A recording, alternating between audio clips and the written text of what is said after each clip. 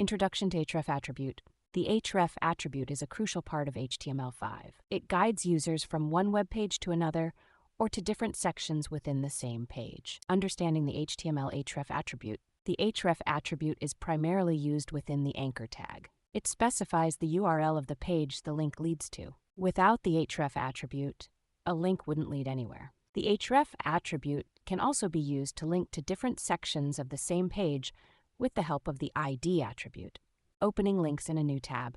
By default, links will open in the same browser tab. To open a link in a new tab, use the target attribute with a blank value along with href.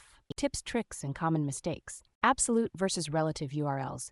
Use relative URLs to link pages within your site to make your code more portable. Missing protocol. Always include the protocol in the URL to prevent the browser from interpreting it as a relative URL.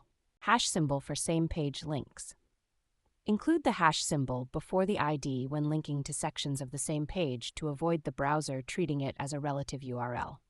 Conclusion. Understanding the Href attribute in HTML5 is crucial for any web developer.